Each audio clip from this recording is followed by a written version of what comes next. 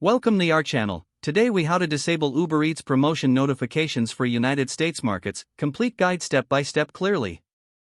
To disable Uber Eats promotion notifications in the United States, start by opening the Uber Eats app on your device. Once the app is open, navigate to the bottom right corner and tap on the profile icon.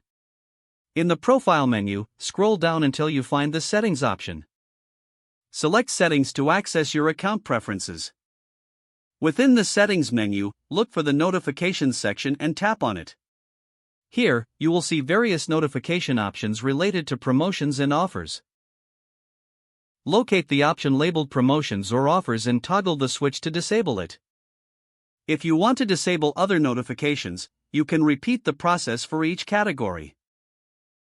Once you have made your changes, exit the settings menu. Your updates will be saved automatically. Finally, close the app and reopen it to ensure the changes take effect. If the page does not load, refresh the browser or try again in a private or incognito window.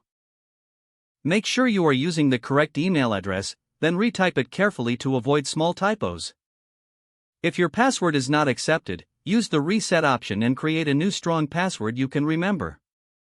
Check your spam folder for verification or security emails, then complete any requested confirmation steps.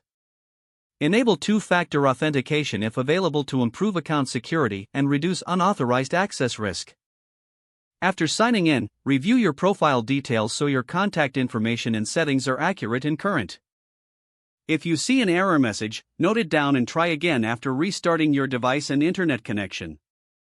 Log out when you finish, especially on shared devices, to keep your account and payment information secure. If the page does not load, refresh the browser or try again in a private or incognito window.